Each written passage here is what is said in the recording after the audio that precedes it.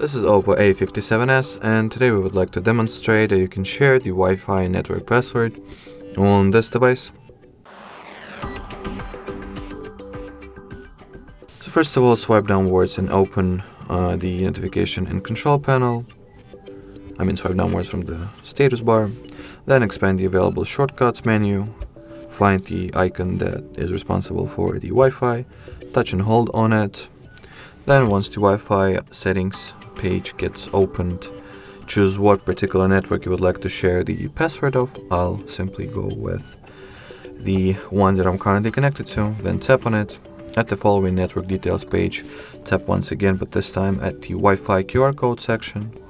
And you'll get this little pop-up window that will provide you not only with the actual Wi-Fi password to this particular network, but also with the QR code that you can use in order to get automatically connected to the chosen Wi-Fi network.